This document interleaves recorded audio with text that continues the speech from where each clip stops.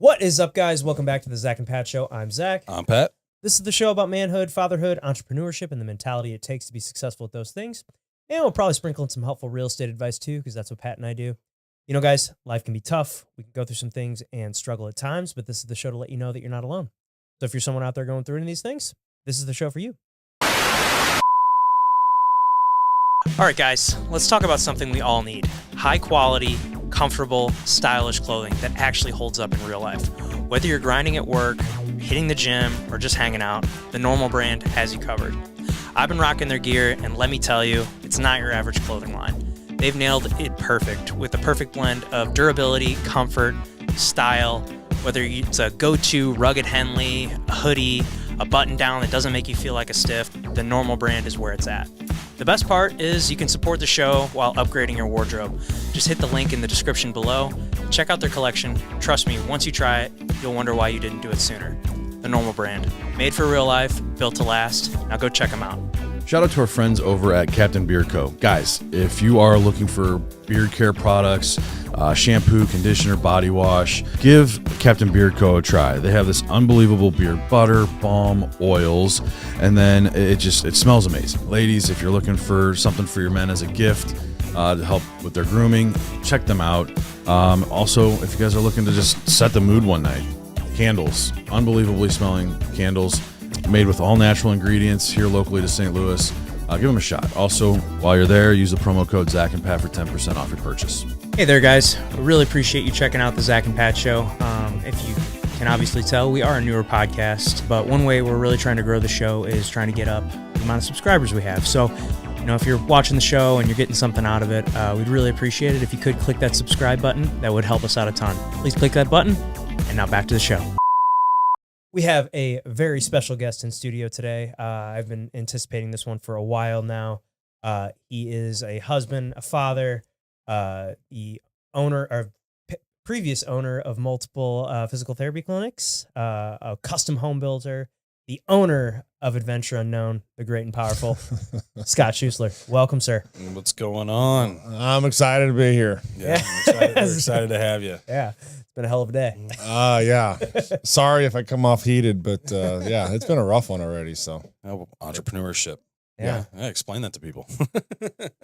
it is. I love it when people say, I'm an entrepreneur. I love that about them. But then I'm like, all right, what level of that are you? Or you just like to do your own thing? Or no, you got your hand in about 500 different things. And yeah, it's but entrepreneurship is awesome in many ways, you know. Well, what's the origin story of Adventure Unknown, and you know, how did your previous lives, PT, home building, lead to this? Yeah, I get that a lot. Like, where did this come from? Where's this idea from? It took me kind of a minute to figure out where it actually came from, but it did come back from my physical therapy days. I went to school, became a physical therapist, worked for a big company for about 10 years. And then, like most entrepreneurs, figure out, hey, I could do it better.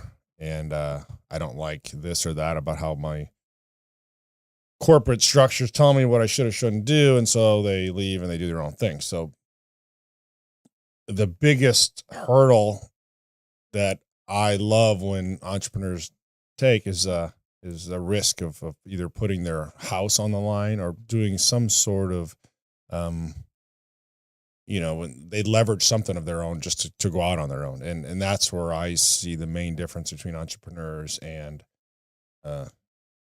people that say they're an entrepreneur that aren't, when they actually have to see where the motivation comes by either, taking a loan or leveraging whatever. So, but when I opened up my own practice, I had to put my house on the line, and so if I lost my practice, they take my house to it. And so my kids and my wife are SOL, I guess, so, Yeah. So, but long story short, I get to the end, and 9 years later, after owning my own practices, I wanted to sell. I was done. I couldn't handle Medicare, insurance, all the BS that has to do with trying to collect a dollar. So I decided to sell, but I realized during my physical therapy days that I was gaining so much from my patients and the interaction with them that's where I learned to become an entrepreneur. So I'd be treating patients all day long. I'd be stretching them, mobilizing, doing whatever. I'd be having conversations with them one-on-one while I treat them for an hour or so. You treat them 2-3 times a week for a month or two, you kind of create relationships with all these people. So then it's like, well, hey, how do you make a living? What do you do that's unique? What's entrepreneurial about you? Well, it started with one patient who was going to run out of therapy. Everyone always runs out of therapy. And he says, well, hey, I still need therapy on my hip. And we talked. He's got a real estate or a house in Florida, and he rents it out. And I'm like, oh, I'd love to learn about it. He's like, you continue to treat me. You go to my place in Florida and hang out for a week and see what it's like down there. Because he short-term rentals it for vacation, people all the time. So we do that. I go down there, and long story short, 2 months later, I bought a house right across the street from him. So I'm in St. Louis. Now I'm running a short-term rental, property down there. And then, just continuing to have that relationship. Well, I'm going to take that and I'm going to multiply it. So I end up buying 5 more properties down in there and continue to all in Florida, all in Destin, all pretty much in the same neighborhood almost. So manage them from far away, 12-hour drive, and I'm managing short-term rentals. And so that's where my whole real estate, that's kind of where entrepreneurship took a more aggressive turn. Because I had my own practice. I opened up a second practice, third practice, 4 or 5 practices.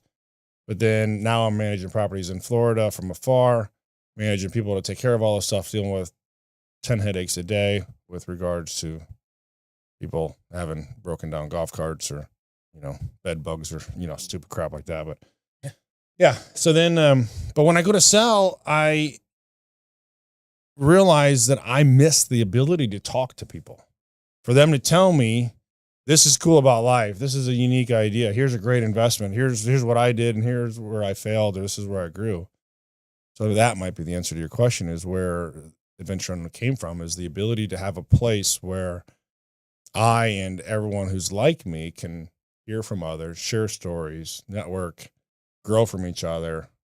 But it's just a place where what I say, awesome people want to hang out, and they don't know what they're going to get that day. They don't know what they're going to learn and what experiences they're going to gather, but they might come back and go home and say, dude, I had an epic day. Oh, what'd you do?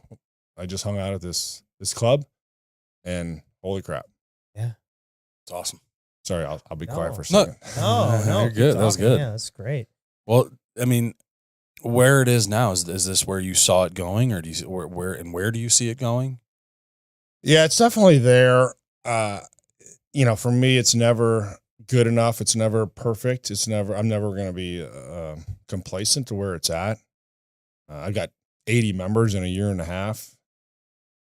Realistically, it's probably better than I thought I could get this quick, but you never know. You kind of hope and you push and you work so hard for it, and trying to, it truly was a build it and will they come business model, which, maybe it's not the best thing in the world to do, but my passion for it. And I knew there was enough people in this city that were all looking for the same thing.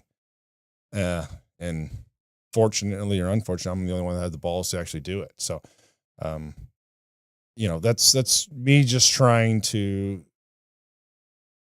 say, here's a spot, are you the right person for this vibe? Are you the right person that wants to give and not take?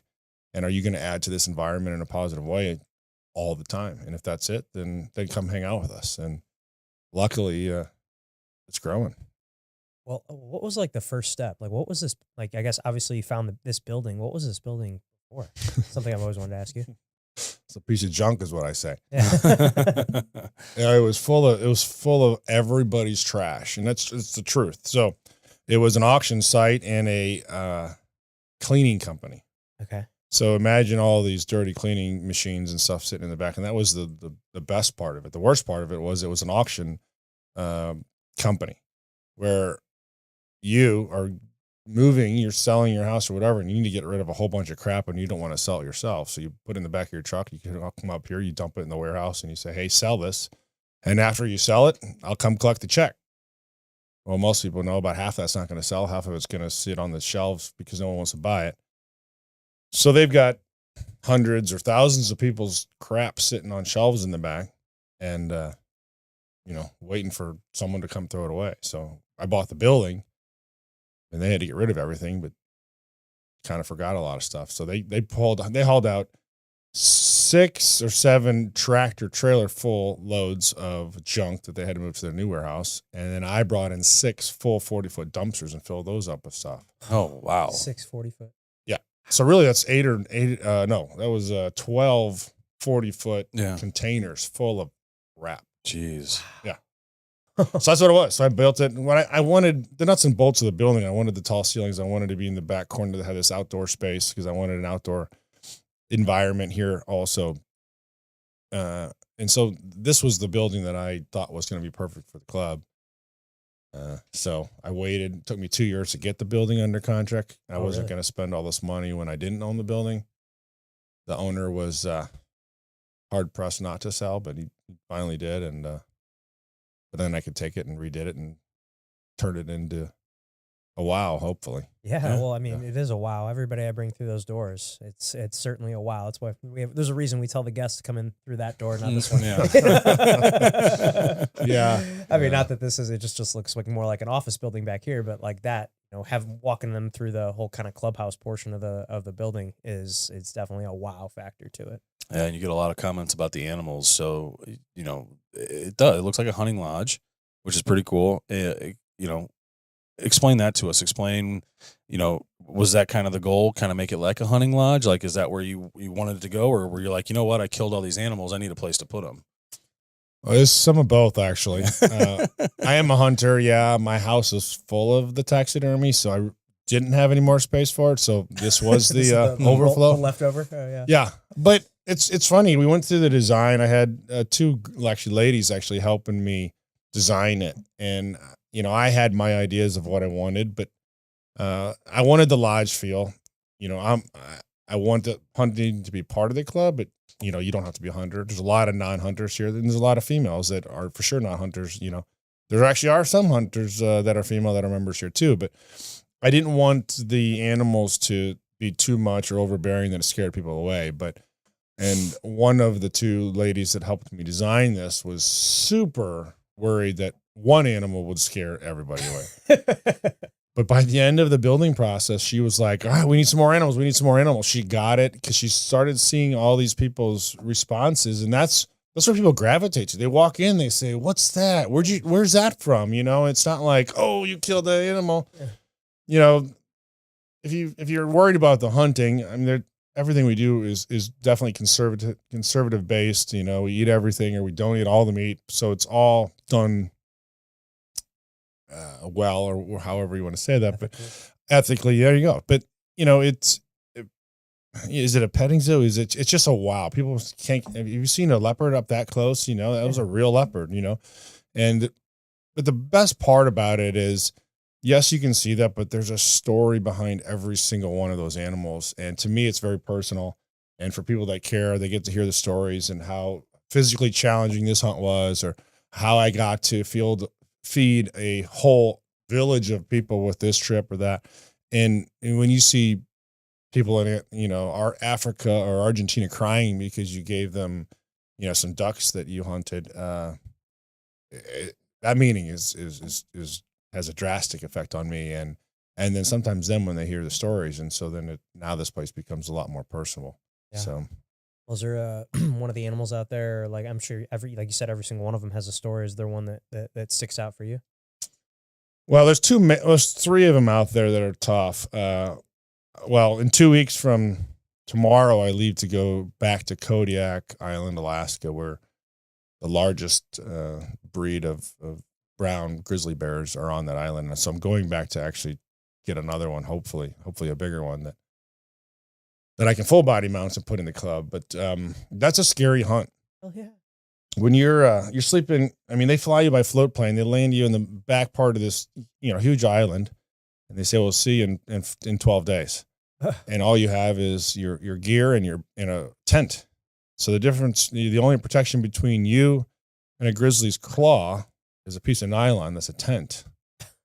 So the hunt, you climb a mountain every morning, you go to the top, you glass, you look through binoculars for all day long, you try to find one. If you see it, you try to rush down the mountain, try to get ahead of it and see where it's going and try to sneak up on it if you can even find it again, and try to hunt it. that's hard, but that's the easy part of the hunt. The hard part is actually the mental game of, can you sleep throughout the night without saying, what was that? You know, oh shoot, what was that? You know, Yeah. and You you know, twig break, and you're like, Yeah. fuck. I mean, you were in the middle of, I mean, you say nowhere, it's not nowhere even close to where we're at. I mean, these bears have never seen humans, or very rarely will they ever see a human. And so you don't know if, they're coming out of the dens as we speak, like right now. So they're thinking of two things right now, and they want to eat and they want to breed.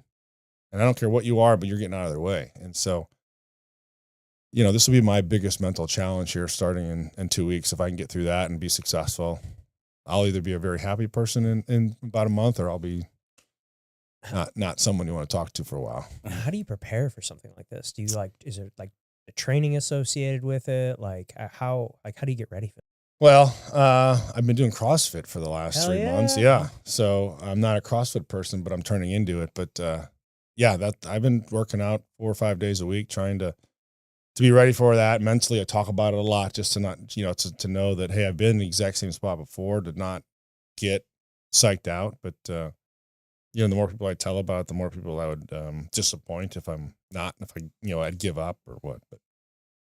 But 90% of the people don't make it 12 days. If they don't shoot an animal in the first 4 or 5 days, most people quit. So they're like, I just need out of here. So yeah.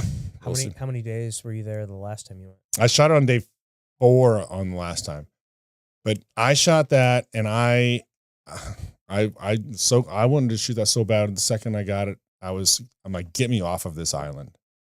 It's just me and my guy. That's it. There's two of us. 2 of you. That's it. Sleeping in 2 tents and getting up every day and going after him. But he's like, hey, do you want to try to go up the mountain and try to shoot a fox? I'm like, get out of here. Yeah, I just killed a grizzly Come bear. on. Why the hell Yeah. do I want to Yeah. kill a fox? Yeah, get me out of here. So I can go shoot those in my I want a backyard. roof over my head, please. So I go home and I'm like, I'm never going back to that island ever again. And then here I am. I'm signed up again. The Yeah. glutton for punishment. It's just that challenge, and maybe that's why I did the club. You know, and that's why I build custom homes too. Yeah. It's weird. Like I'm a doctor of physical therapy, you know, but I build custom homes. How did I do Yeah, that? how'd that come about? Someone told me I couldn't do it. That's exactly right. I've been told don't open my own physical therapy practice. You know, when I was working for someone else, I actually had a conversation with one of my bosses and said, hey, how much money do you think I can make if I did my own thing? And she was like, don't do it. It's not going to be worth it. You might make $10,000 more. Thank God she said that, because I'm doing it. I'm proving myself that I can beat that, what you just said. Just like someone said, oh, building custom homes is hard. It is. That's why they say most people get divorced when you're building homes. You know, it's a lot. And there's at least 100 major headaches happen, in my opinion, when you build a house. And so that's why I do it. It was a challenge. Could I be good at it? Could I be better than someone who's done it for 20 years? Because I'm more personally focused on making sure that we get all the way to the end and still have a great relationship. And so I built Jim Avery. He's a member here too. I built his house. One of my great, Beautiful house. yeah, a great friend of mine. He trusted me to build it. I'm like, I will not lose a relationship over a job. And so we're still great friends this day, and he has nothing but awesome things to say about me building homes. And so now I'm building a couple more homes for people around here. So That's awesome. Yeah. How many homes do you typically do a year? 2. 2? Yeah. Yeah. That's my hope. Because I don't want to not be focused on them. So. It's crazy. Yeah. So so do you still own the properties in Florida? Yeah. So I still have all those 6 properties. I've even bought a couple boats down there just to rent those out for day trips for people on vacation. Those are headaches in themselves, Sure. you know, just with all the maintenance on them. So, and then I've gotten a lot more, or probably 10 properties around this area that I rent out for mostly long-term stuff. Really? So. Okay. Was there any? You've done a lot. You know, on all different things. Is there something else? Anything else that you're wanting to get into? It's a good question. I mean, everyone sees this place and the excitement we have here. It's probably a no-brainer to do the second Adventure Unknown and, you know, start creating I don't know. Network. Yeah, exactly.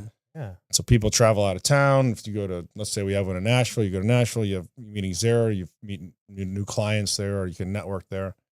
That might be the plan. I think we'll have a second one probably in St. Charles-ish area within the next year and a half, probably. My goal is by the end of this year to have a plan intact. If I can get this place full on a waiting list, then that will be the next focus. So. Yeah. And what's the, I guess, at what point does it go onto a waiting list? Is there a certain amount of members? My number, I think you guys as members are going to say, hey, I have a hard time doing what I want to because it's too busy here. And that, my guess is that number is about 120. So we're more than 2/3 of the way there. When we get to that point, we'll just say, well, wait till someone quits and then you can get in, you know? Have you thought about enacting laws just to keep people more active and coming up, or like guidelines or rules to the club to get people more active up here? Yeah. I mean, it's kind of a double-edged sword. Some people are like, hey, we see the same 50% of the people, Yeah. 80, but that's kind of like a third's going to never use it. A third are going to use it a ton. Third's probably somewhere in the middle. I don't know but it's true here too. Yeah. But if everyone came all the time, we'd probably be full right now. Yeah, it's true. And the hope is we just keep expanding and putting more amenities in. And, after the gym, we're doing a golf simulator, we're doing outdoors. What are we doing next? And I just want to, as long as we start making money sometime, we'll keep spending it on the club. Yeah. Yeah. So for the people that have never been to Adventure Unknown before, what kind of amenity? I mean, we've probably talked about some of them here on the show, but what kind of amenities do we have here? Well, the hope is to have as many environments or atmospheres as I could possibly get into a 22,000 square foot space. So, there's offices, there's boardrooms, conference rooms, there's a cigar lounge or a speakeasy, there's open bar for you and your guests. There's an outdoor space right now for kind of a patio. And then we've got a big seminar room, seats about 50 or so, 55 people. We're putting in a gym as we speak, a full gym, bathroom, showers. We have a pickleball court and a stage. So we are able to pretty much do any kind of gathering, whether small, large, or, probably up to 200 people. So, and then got about a fourth of the building left, and that's where we're talking another lounge or a golf simulator. Maybe a jiu-jitsu dedicated space. Mm-hmm. Yeah, we just taught a lesson up here last week. We're going to start to try to make it a somewhat regular thing. You do a little jiu-jitsu club inside the club, and Heck it'll yeah. be fun. Yeah. Just another thing to kind of add to the space. Yeah, I'm excited about that. Yeah, same here. Oh, So you touched on this a little bit. So is motivation something that must be found or something that must be built? That's a good question.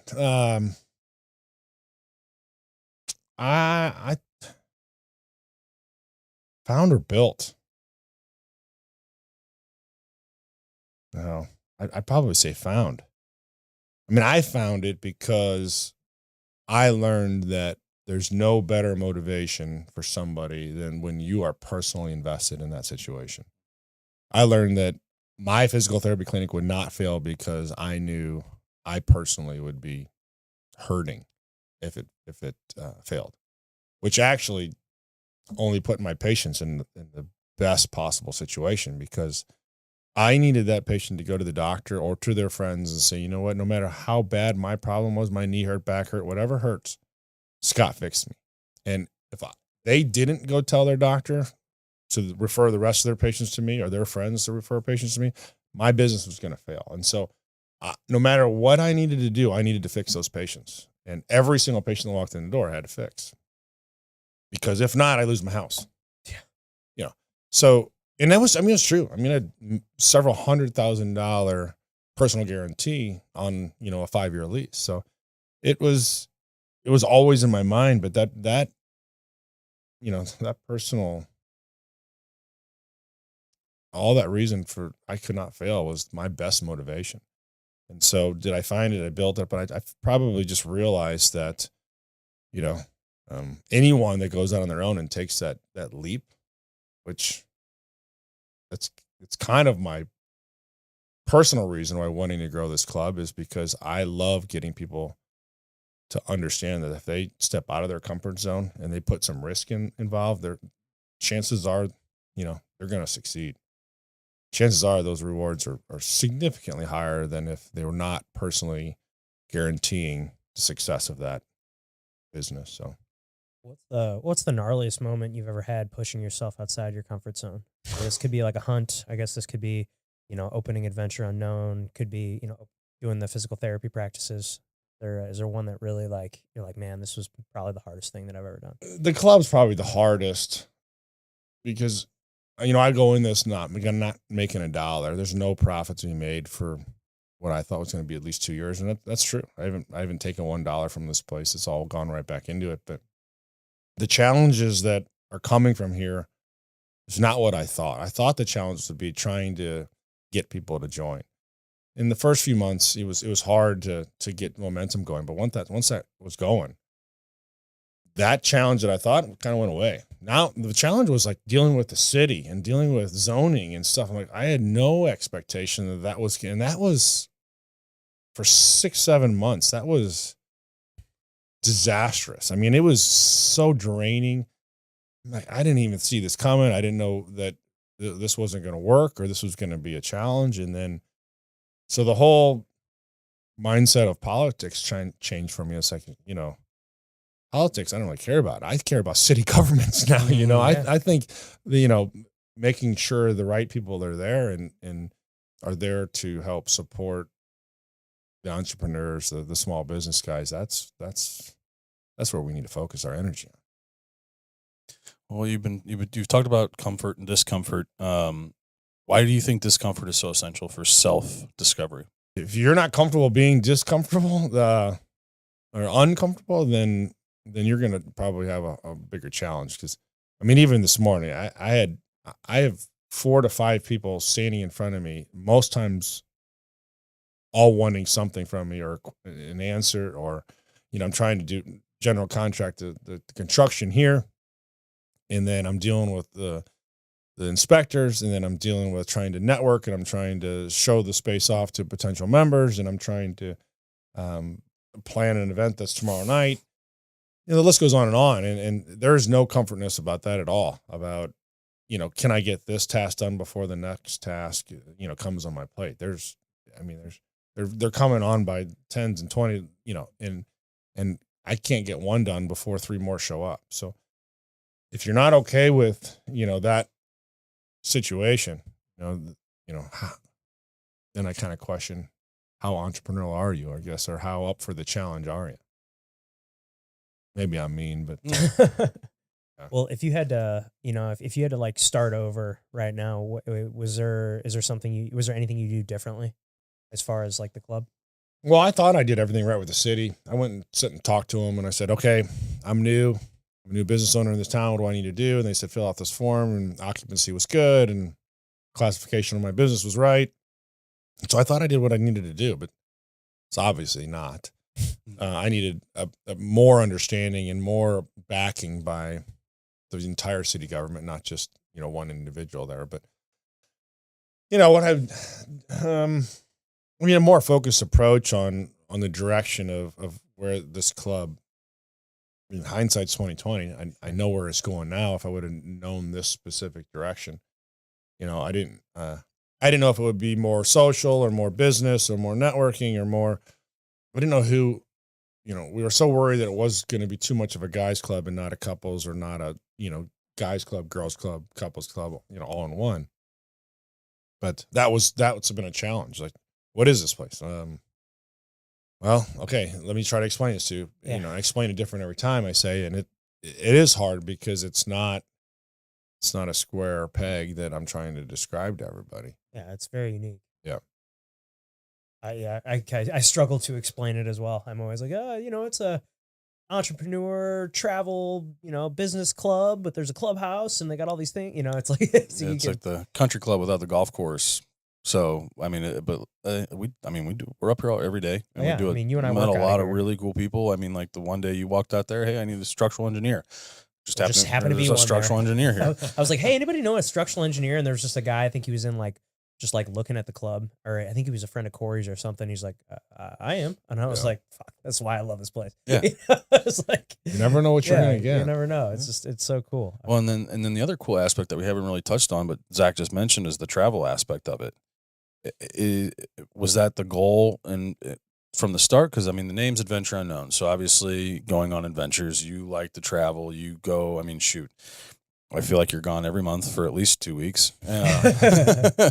Getting you in here was it's been a work in progress to get you in here, but the travel aspect, was that a major component when setting this up? It really was. And you're right. I mean, Adventure Unknown, it was kind of cool how we thought of that name.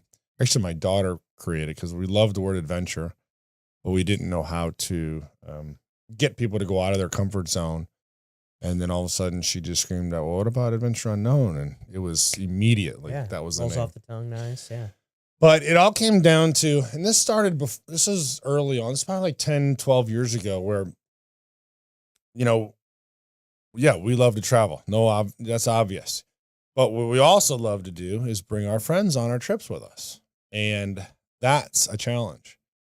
To try to get your buddy and his friend or family to go on a trip, that should be the easiest thing to do. But get people to stop life, stop work, not go to their kids' baseball practice or skip one weekend of whatever sports, that's difficult. And so we took it as a personal challenge. Hey, if we create a trip where everything is taken care of, all the details are, all you do is show up at an airport, and one, it's cheaper because we'll negotiate, and two, there's more red carpet amenities that come along with that trip.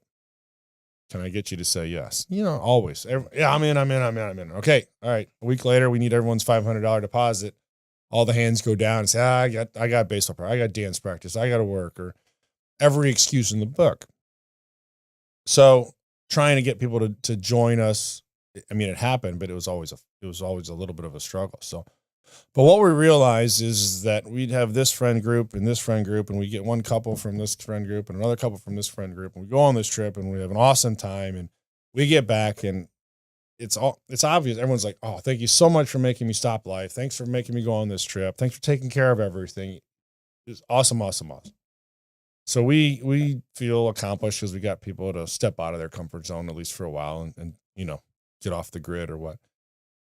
But why this became part of this club so early on is that because the two different couples that didn't know each other that went with us became such good friends on that trip. We commonly saw them doing business together the next week. Like, we get back on Sunday, and then Tuesday night I get a call and say, hey, yeah, I just met with so-and-so who's on the trip with us. I think we're doing business together. I'm like, holy crap. I mean, it was so quick. It's like, where else can you create and develop a relationship that fast that you trust each other and you actually want to do business together? So that idea started a decade or more ago. And then the whole idea of the clubhouse came on when I was selling my physical therapy practices, because I lose my ability of where to go to hang out and to network. So it all kind of came together. I mean, there's more reasons why the club is the club, but those are the two main things of answering the question where, and then trying to create those strong relationships quickly. Well, I mean, it goes back to like when we're kids, we always wanted to have that clubhouse where we always met our friends up to just like that. Hey, this is our meeting spot, But no, and now we're just bigger kids. Yeah, bigger kids. Well, you're so right with the bringing people together like that, and you become good friends when you go through experiences, whether that's a trip or you started doing CrossFit. I bet you met some people at the CrossFit gym, and you guys are going through hard shit together all the time, and you become friends when you do hard shit together. And I just think that's so interesting that when you, no matter what it is, whether it's, I think it's just all about experiencing. It doesn't necessarily have to be like a tough workout or something, but it's just like you go and experience things together, and just builds relationships. At least that's what I found in my life, whether it's, my fraternity or all these other things that we, or I made some of my best friends. It was all through doing shit together. It wasn't not just because we went to school together or one of these things. It was about doing stuff after hours with each other, the long nights, the having fun, the going on trips, all that. I mean, that's how I think that's how the best relationships are made. I agree. Yeah. And again, the adventure unknown. If you're going on an adventure and you don't know what to expect, the excitement that comes out of that is much higher. But even when you just sit in the clubhouse and like your example of just meeting somebody new that was totally unexpected, it's like, wow, because I'm here, one little kind of stupid problem just went away really fast. And how many of those can you fix in a year? Hopefully it makes it worthwhile. For sure. Out of all the trips you guys have gone on so far, which one has been your favorite? Africa is hard to beat. Yeah. I've been to Africa 3 times. I will never stop. I mean, I used to love going to Cancun, all inclusives, and spoiled, eat all you want, drink all you want. And I thought we were being treated well, but you go to Africa, it's a totally different ballgame. I mean, they love Americans. They're so friendly. They're so genuine. They want to make sure you have the best time, and it's a whole different ballgame over there. I love it. The animals are one thing. They're awesome. We've done hunting safaris. We've done photo safaris. We've done just sightseeing trips to the, Cape Town and Johannesburg and what. So we've done a lot of different, focuses on trips there. They're all the same. I mean, it's just mainly the people. They're just a different, you'd say a different breed, but they make us look like, like Americans. Yeah. When you were down there, what were you hunting? So the leopard is full body out in the club. That's probably the most. It's definitely the most exciting. You ever want to clean your drawers on a trip? Yeah, how did that come about? Or say the well, story behind that one. I mean, just like animals here, they have to be thinned. There's so many leopards over there, and that's a dangerous animal. I mean, Nothing hunts them. Nope, you're right. So, I mean, they're faster than 99% of the animals over there, and or if not all of them, but you're right. There's too many, and they're eating dogs and cattle, and kids are not off the menu there. So, the conservation department in Africa says we need to thin this by X amount every year, and so they hire. They I guess, give the authority to certain outfitters that you have to hunt X of these. If you don't fill your quota, they give that quota to someone else next year. And so then their business suffers. Yeah. So Americans pay to go over there and hunt these, and they make it an awesome experience, but it's tough. I mean, it was life-changing because I saw there was 26 people that were all Africans helping me and only me hunt this one leopard. It took 4.5 days to find the leopard and to shoot it. But so you start seeing like, hey, you guys are real estate, you do loans. That's your job. Their job is to find and track an animal through the Kalahari Desert. And a different day in the office. But have you ever seen guys when they're successful? I mean, you just sold the best loan. You just sold the house. It was a big struggle. It was a huge success for you. These guys are like almost crying because they're successful. And it's like, damn, I mean, I'm nothing compared, but so it's life-changing because you just see them. They won. They get to go home and they get to eat. I mean, even that leopard, every single part of that leopard was eaten, including we ate the ribs, and it was good. But it's kind of I don't know. It was kind of like our Indians, but they're still that way. They respect the animal way more than we can understand. But plus maybe I saved a kid from getting eaten. Yeah. Yeah. You never know. Yeah. So that was, but they tell you what to expect when you're hunting this, and they tell you to expect shooting this while it's attacking you or coming at you to attack you. They said about 90 to 95% of the shots are within 5 feet of the truck. Now you're in desert, which is full of brush, so you really can't see that far. So you might only have a second to a second and a half to see it, aim, and shoot it, and hopefully hit it before it jumps on the truck, and then because you're standing on the back of the truck, and then you're on the menu. Yeah. and you know, but all these guys, all the trackers are out in they're running around trying to look for paw prints and try to figure out where this thing is at until it gets so mad that it says, "Screw you, I'm coming after you," and it turns around and comes right at you. And I mean, they straight out say if that animal is on one of these trackers, do not shoot. You'll kill the tracker. You'll probably live. He'll be tore up a bunch, but you know, they're telling you all these stories of what to expect, and or practice shooting as fast as you can, and you're shooting 5 feet from the truck, 3 feet from the truck, right next to the truck, and you got a second to get 3 shots off on a shotgun, and all this comes up. All right, I signed up for something serious, you know. Shotgun, that's what you're using? Yeah, so double odd buckshots. There's like 6 or 8 pellets in this shotgun shell, and yeah, I mean it was awesome. It was very much an adrenaline hunt. But again, it's based on conservation, and so, but the bear hunt, and did a goat hunt in Alaska. That just beat my body up. Oh, dude, But, the big white one? yeah. Oh, the Yeah, jacked goat? Yeah. Dude, that one's got some traps on it, It's like dude. Arnold Schwarzenegger of goats. Yeah, dude. Yeah, because it's like you kill that thing and then you got to bring it down, right? Yeah. Or do you quarter it, or do you Well, yeah. So you asked me before what was the most challenging. It was probably opening the club, but physically, that goat hunt was the hardest thing my body ever did.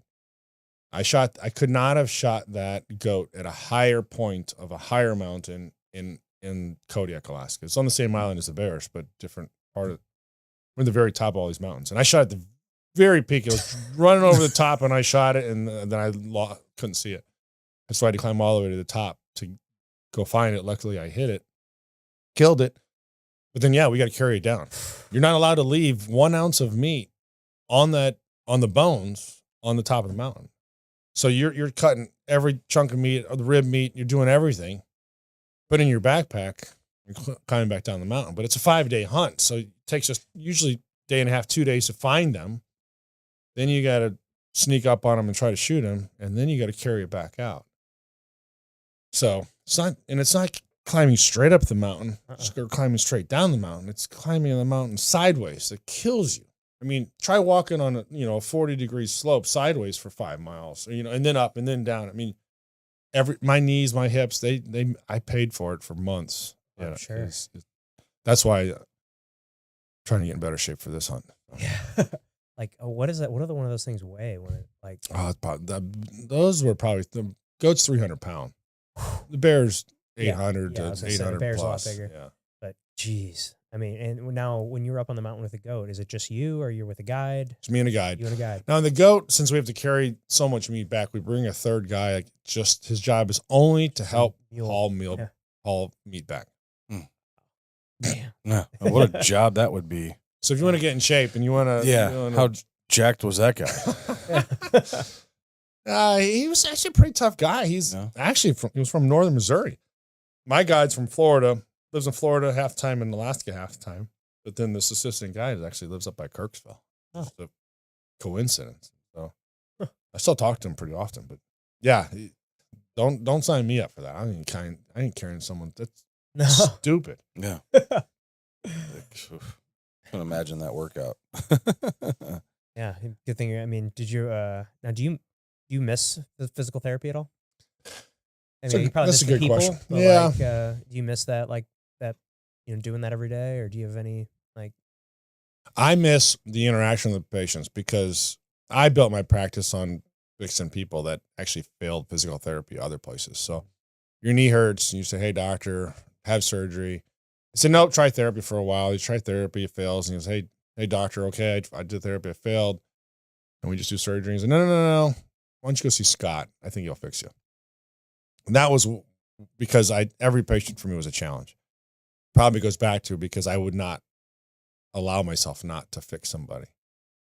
Try everything in the book or figure out another way that could possibly work.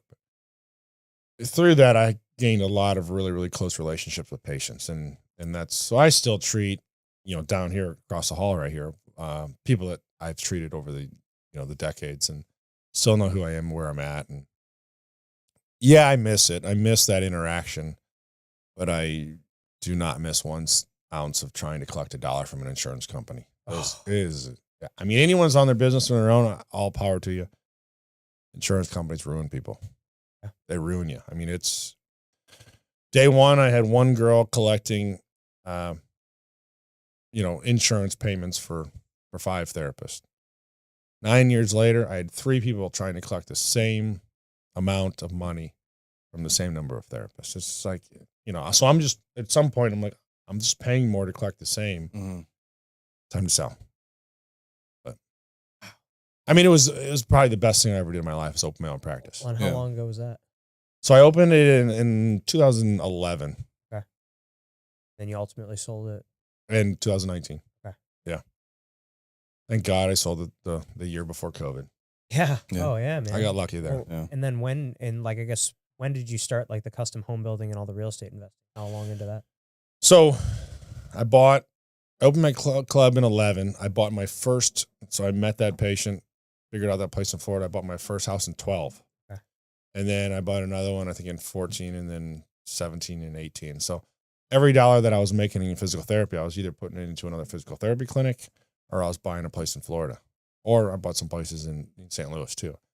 Just putting it all into real estate. Yeah. You guys get it. Yeah. It's a good way to. Well, I'm sure you got some pretty good deals down there in 12 and 14 You're after right. after Yeah. all that. And things are starting to rebound a little bit, but I mean, homes were pretty cheap down there at that Mhm. time.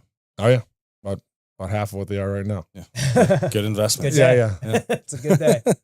It was awesome. I wish I'd bought 10 more of them, but it was, everything went into real estate back then. And so then I built 5 physical therapy clinics. I was general contractor for all those constructions. I built my house, general contracted that. I built a barnuminium, and then a buddy's house. And then I managed all these houses. And so then I was pretty much the handyman of everything. But I go down to Florida, I'd work for a week or two, fix everything I possibly fix. And then, I remodeled bathrooms, or just general contracted them. So I got very comfortable with that. And so then when it was time to sell, the buyer's like, well, what are you going to do? Can't do physical therapy. We've got a non-compete. So I'm like, well, I'm going into, real estate, and I'm going to be a home builder because it made sense. Someone told me I couldn't do it, but I've pretty much done it. Right. I built my own home. I built a barn. So that's when I did that. I built 2 friends' houses, and then I built 2 more houses, and then I built 3 more houses. And so 2 or 3 every year. Wow. Yeah, with barndominiums becoming a thing, how was that process?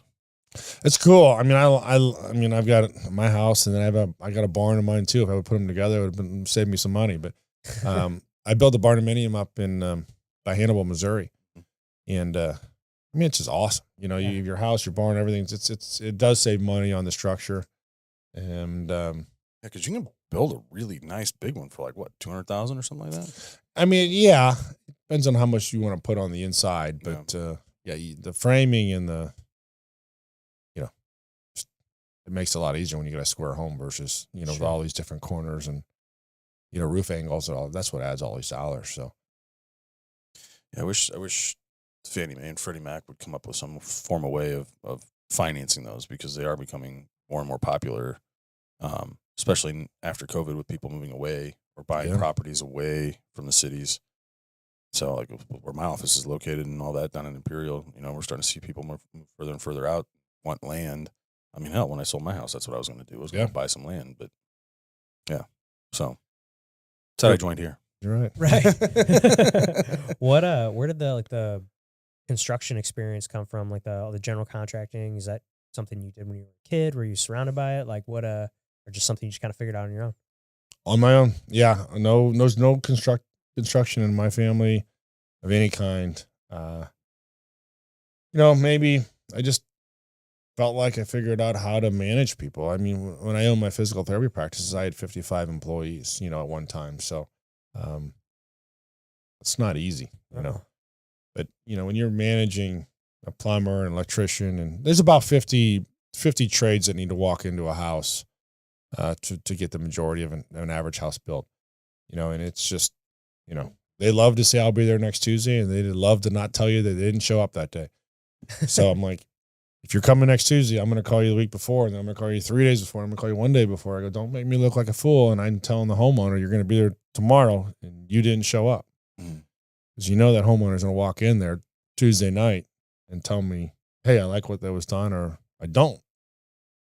But if nothing is done, then Yeah. I was on these people, and it's worked well. I don't think most home builders, they either have too many homes going, or spread too thin. With me, it's just like, that's my home. That's what I'm focused on. I've got usually 2 homes in 2 different kind of stages along the way. And so I can focus on, architecture, which is back and forth with an architect a million times, or I can focus on, hey, who's the next 5 trades that I need, and get them all teed up, and just kind of progressing their schedule and just staying on it. I mean, it's to be a general contractor, it's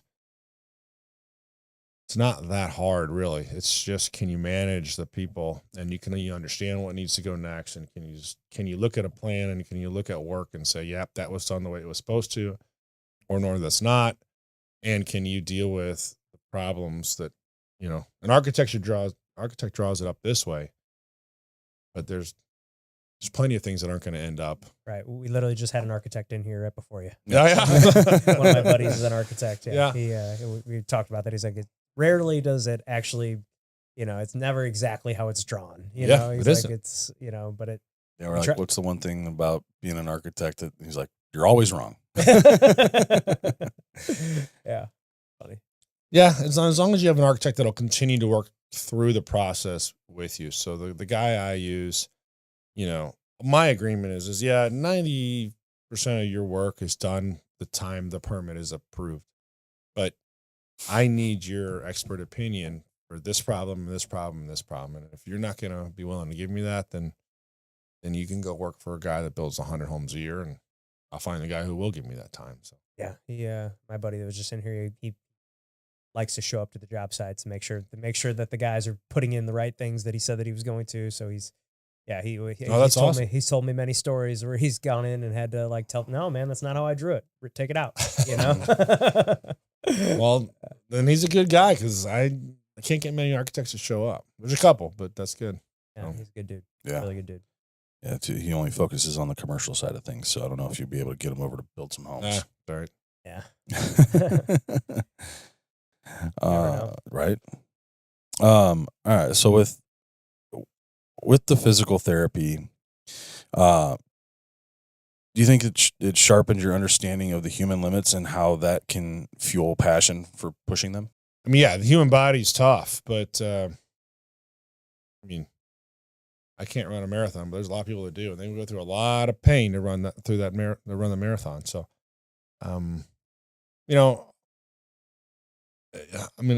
physical therapy gave me the ability to pursue a lot of different difficult things. Just knowing that, hey, every day is going to be a challenge, every day is going to be painful, mentally, physically, whatever it is. I love physical therapy. A lot of people love it.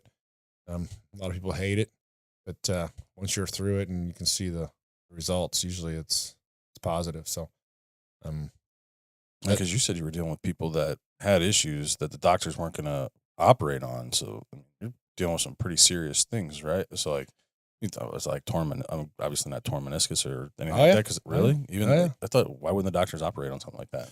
Well, I got a torn meniscus right now. Yeah.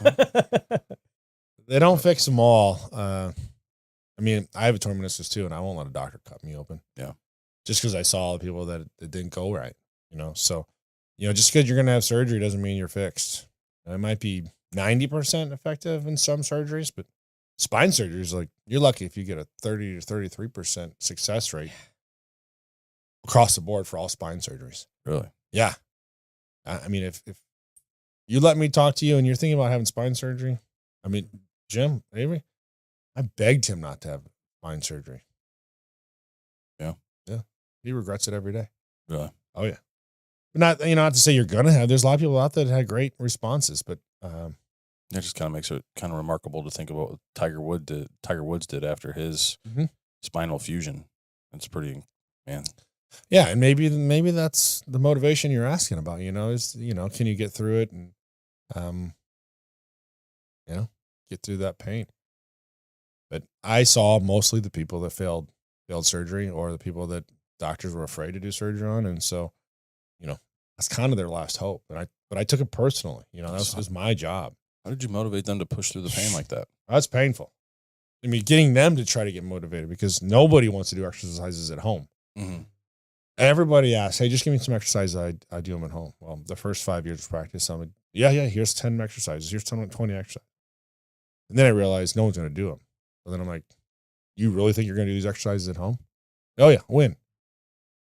Well, I should be able to do them, after work. Or you have kids? They start answering, okay, I'm not going to do it. I'll come in to do therapy. I'm not trying to talk you into therapy. Do them at home if you want, but chances are you're not. And so if you want to be successful, I at least got to try to help you get motivated. So motivating people is tough, especially employees. You guys, you don't know that. Yeah. How do you get your assistant to want to come to work every day? How do you want to get your therapist to say, you know what, I have lunch right now from 12 to 1, and somebody walks in off the street limping and say, okay, I'll skip lunch and I'll treat this patient. I don't know. I don't know. Maybe that's why we're having a hard time getting people to stick. I know that we are. I know I am finding people that are good. Like we've got our processor and assistants that have been pretty good, but trying to find other loan officers to build the team up has been a tough go.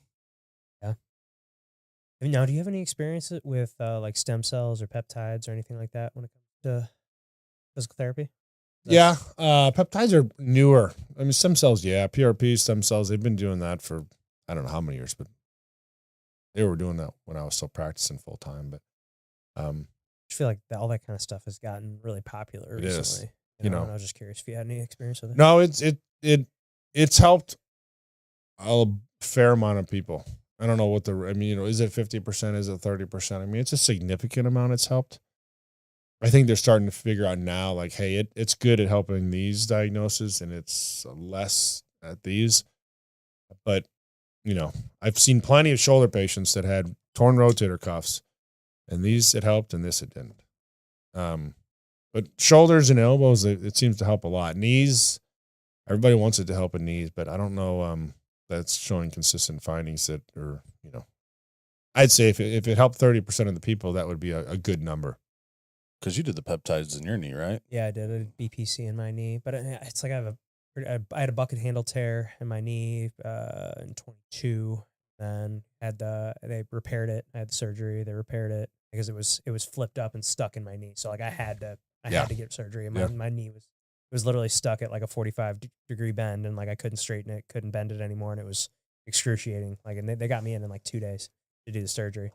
Did rehab, physical therapy, did, a lot of stuff, and, was back training again, doing jiu-jitsu in 12 weeks. Wow. Probably a little bit quicker than I should have gone back. But then, retore it again, probably, it was probably like 6 or 7 months ago. And, or no, it was actually right before your fight. Yeah. I was gonna say it was last like summer, I guess, maybe August or so. And and then I went and got another MRI, and he's like, yeah, there's like a little hangnail, kind of is what it looked like on the MRI, and I've just been dealing with it. Every once in a while it clicks. I just straighten my leg real hard and it pops back and it feels fine again. So, I'm like, I don't really feel like I need the surgery at this point, so I'm just dealing with it. Yeah. No, I agree. I was trying to, anyway, back to the PPC. I was shooting BPC in it just because I was like, let me just try it. It's not going to hurt, I don't think. Let me just shoot it in there every day for a month, and I don't really think it did much, but it's also like I didn't think it's gonna fix my torn meniscus. But, like who knows if it was something else? I don't know. They're trying to figure out really hard how to regrow cartilage, especially. The shoulders and elbows are non-weight bearing, so you don't have a 200-pound body sitting on that knee all day long. Right. Shoulders they can rest. Knees are constantly being. So that's why I say it's tougher for a knee to respond to a lot of those treatments. That makes complete sense. Never thought about that. Yeah. Just carrying your weight all day. And you got to have, cartilage is shock absorption. You got to have that, spongy, slippery surfaces. And if it wears away, regrowing that is. Now, can't they do meniscus replacements? Or is that just like, I feel like I've heard of that, but I was like, I don't know if it's really real. It's not common, right? Yeah, and it's not accepted as a consistent, is it going to stay in there? Is it going to re-tear? The meniscus has really poor blood supply, as it, only the outer 1/3 actually has any blood supply. So most tears on the inner 1/3, or, you know, so there is no blood supply. So that's why they come in there and trim it out and they cut it out. And usually you're back pretty quick, but you now have less cartilage in your knee. Yeah. So the next wear and tear is only going to come faster. So I was just worried, you know, they were like, we're going to try to repair it, you know, because you're 30, you know, like we'd like you'd probably like to have that meniscus. And I'm like, yeah, Right. fix it if you can. And buccal hangnail tears on the outside are fairly common, but Whereas on the they inside. do repair them a lot.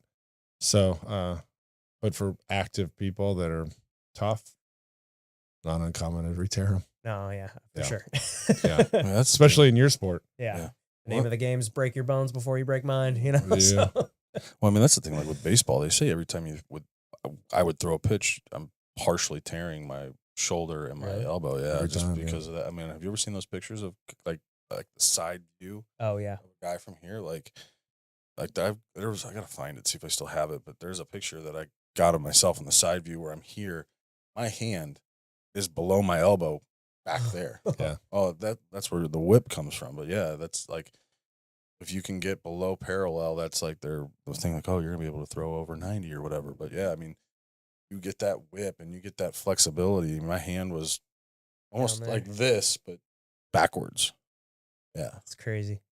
But yeah, I mean, that's shoulder, elbow. Elbow, yeah. Yeah. I mean, you're seeing it more and more these days in baseball. Did you work with any baseball players? Oh, yeah. Yeah. I would assume. I mean, Baseball, you're right, but there's also a difference between a good therapist that understands that or a trainer. Mhm. That, like, for you, if you were a pitcher and you come in here, you know, normal range of motion is what you just showed, straight up and down. So I would take you to normal, and then I'd add another 90 to 120 degrees of motion, which was extremely excessive, but normal for that type of person. Yeah. And not every therapist, trainer, whatever, is okay taking somebody to that limit. But I love treating them because I'm like, let's push this. Let's see how we can make this tissue adapt. So. Well, it's like I feel like there's a lot of, correct me if I'm wrong, but I feel like there's a lot of physical therapists out there that'll be like, well, no, you just shouldn't play baseball anymore, you know, like, or, you know, you shouldn't do jiu-jitsu, or you shouldn't wrestle. Like, Exactly. this is how you got hurt. You shouldn't do it, you know, like, well, you don't know me very well, because Right. I'm going to go find someone else Exactly. who's going to help me to do Yeah. this, Yeah. you know, like, okay, well, yeah, that's your answer. I'm finding someone else. You know, at least that's how I would think about Well, it. that's the thing, is like, why would you tell somebody that they can't do something? Like, find the fucking solution. Like, figure it out. Like, To me, it's the doctor or the therapist that's afraid to treat you. right. Yeah. They're afraid they might hurt you or they might fail. No, I want the challenge. That's a motivated patient. Mhm. Like, I'm in there. I'm right there with you. I'm I gotta excited. Get back Yeah. to my thing, you know, I Yeah. want to Yeah. get back to it. Yeah. You know, like I'm sure that's what most people are thinking. You know, when I was out from the surgery, it was just like, that's all I could think about was like just getting back to normal. I was like, I want to get back to doing my thing, you know, because I don't feel like myself when I'm not doing my thing. Right. Yeah, I mean, for me, like, luckily, I never had any. I mean, I had a freak accident where I broke my leg. But Yeah, you ever seen that video? No. I'll show you the video of me throwing a pitch. And you broke your leg? Yeah, my You hyperextended. hyperextended the head of my tibia, fibia, and femur fractured. Yeah, it's an ugly video, but other than that, like, nothing was torn. Didn't need surgery or anything. Very lucky. I don't know how. But yeah, no, I mean, never had any arm surgery, elbow surgery, anything like that. I think now, if I were to try and throw a slider or a curveball, I'd blow my UCL pretty quick. But yeah, I'm surprised that that I didn't. I mean, you're seeing it nowadays, and which is crazy with how hard guys are throwing. But at the same time, I don't really think, just because of the evolution of the radar gun, I think guys are still throwing the same. It just looks like it's throwing harder because of how advanced the technology is, where they're picking the ball up out of release. But yeah, I mean, it's just crazy. Like, I don't know. I don't know what's going on, whether it's just mechanically or what. Like, I mean, I know they tried to put a limit on us, but on how much we could throw. But I didn't listen to that. No. I threw year round. I threw all the time. I might have taken like 2 weeks, maybe 3 weeks off at the end of the season, and then I was right back into throwing. And you never had a single issue. Never once. Yeah. They say Like now that's rare, right? The only thing I ever had was I had a little bit of bicep tendonitis. you're lucky. Yeah. Well, that's who makes it. Well, that makes it to the majors. A lot of people that just get lucky because that low percentage of pitchers that throwing curveballs that often, they just, like you said, you're just partially tearing at every throw. How tough is your ECL? What's your really in your genetics? You know, do you have strong ligaments or what? You can't I can't make your ligament stronger. Yeah. Doesn't happen. I feel like genetics plays such a big part into everything like that. Whether it's, like just your flexibility or, because it's just, I've seen so many different people like have different injuries. Like we were talking the other day, cauliflower ear, a real common thing in my sport. And, I think some people are just like more genetically like inclined to it. Yeah. Like there you see some guys that get it like real quick. And then you see guys that have been training for 10, 12 years and they don't have any of it. And it's just like a weird thing that I think that there's like a genetic piece to it, but it's also paired with like your style of how you do things too. If they have real grindy, pressure heavy guys, you'll notice that they have worse looking ears. Yeah. Funny. Yeah. Kind of funny. Yeah. But, well, Scott, what scares you? Like truly scares you? You're such an adventurous guy. You've taken on so many challenges. Like I'm just curious for a guy like you, what really scares you? I mean, I'm worried every day that I won't fail. I mean, this club won't fail because I'll give it everything. And, I don't see that as a potential, but that's a motivating factor for me is to give it. I mean, I don't even like saying that I give it everything I got, but because everyone says that's kind of cliche, but I'm here every day. I'm in town. I'm here all day. I'm here all morning. I mean, I'm just, whatever it takes, however many people that I can surround myself with to try to make this place a better place. We all win, but, if I'm afraid of something, I'm probably afraid of my kids getting hurt or, getting killed in an accident or something. That's probably what I'm most afraid about. Speaking of kids, you've got 3 daughters. Yeah. How's being the adventurer and the hunter that you are and all that, how has that helped your relationship with your daughters? So my oldest is, she's 18. She's tomboy. She's my best friend. I mean, she's by me all the time. She hunts with me. She'll go on any adventure, any challenge. She's working in the warehouse here with me. I mean, nothing's too tough for her. So it's really helped. She's, I guess, just seen how we are, and it's good with that. My next one is the opposite. She's a dancer, and that's what she likes to do, and great. I love watching her dance, and it's kind of sad to say, but guy growing up saying I hate the ballet. It's just a thing to do. I hate it, but when she does ballet, and out of all the dances she does, that's what makes me smile and tear up, So it's awesome in a different way because it's pretty much the opposite. My third daughter, I haven't figured out yet which direction she's gonna go. She's 12, so she's gonna go more anti, the oldest, or more in the middle. I don't know. We'll see. Yeah. But, yeah, those kids, especially when you have daughters, I don't know how tough you are. They've made me softer than anything. So, I just think kids, I was telling someone the other day, I just feel like it makes you, you just never really realize how vulnerable and like how dangerous the world is until you have kids. Yeah. Like you kind of, there's just death around every corner, like you don't think about it when you're an adult, but like when you have kids and you're responsible for these little lives, like my kids are real young, and I just see like just walking through a parking lot, like just stuff like that. You just don't even think about being dangerous until you're like, oh shit, I got to hold this 2-year-old's hand because he's just going to run out there. He doesn't know. And, that's something I've noticed since becoming a dad. It just makes you I'm way more aware of danger and like just how dangerous the world is. Yeah, it is. It sucks in a lot of ways, but 1 millisecond goes the wrong way. I mean, you're going to have a different perspective on life real fast. So sure. Yeah. Kids do that to you. Yeah. So, speaking of children, and staying on that, I mean, what's it like raising daughters? I guess it's obviously you don't know because you don't have boys, but in terms of, like you said, being a tough guy and being a man's man and things like that, I mean, you mentioned it softening you up. How else has it changed you? Well, I mean, I'm tough on my daughters. I mean, I'm probably tougher than that on them than most of my friends are on their boys. I just have high expectations of them, but it's made me, you know, I understand that girls are just as tough as boys and can be if they want to be. But yeah, it's softened me up. It's gotten me to understand that you don't always have to be a tough guy. You can,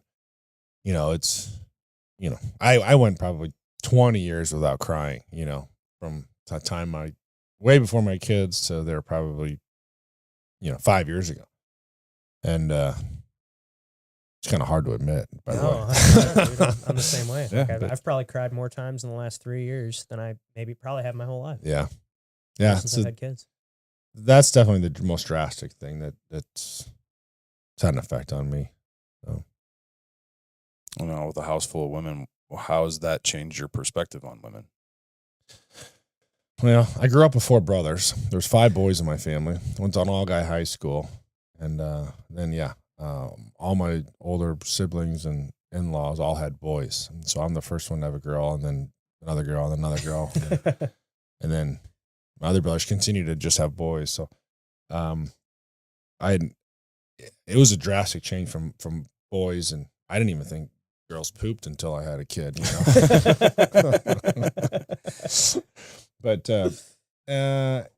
it's definitely a challenge figuring it out. But now that I've had 3 girls, I'd never want a boy. Yeah. Do I wish I could throw a football? My daughter throws footballs with me. She goes fishing, she goes hunting with me. So, if you're enjoying as an adult, if you're enjoying what you love to do, or you show off what you love to do, there's probably the same chance if it's a boy or a girl that's going to say, "Hey, I want to enjoy that with you," or not. I think it's the same chance. I think most guys think that I need a boy to throw a football with, but I don't agree with that. Yeah. Awesome. Scott, it's been amazing having you here, man. Had a lot of fun. I've been waiting for this one for a while, so we appreciate your time. I know you're a busy guy, and but before we get you out of here, Play a little game at the end called the Tombstone Game. Here lies Scott. What do you want to say on your tombstone? Oh, question. Something about I stepped out of my comfort zone. That's where I think I took the correct turn. And so whether it's telling somebody or encouraging, but this guy made a turn sometime in his life that he wants everyone to take that same leap of faith or step out of your comfort zone. Long, boring, stupid answer, but it's perfect. Perfect. I love it, man. Well, thanks again, Scott. Thanks for It coming was on. great having you on here. And for all of you guys watching, please click that subscribe button for us. That would help us out a ton. Click that like button as well. Comment what you thought below, and we will see you next time.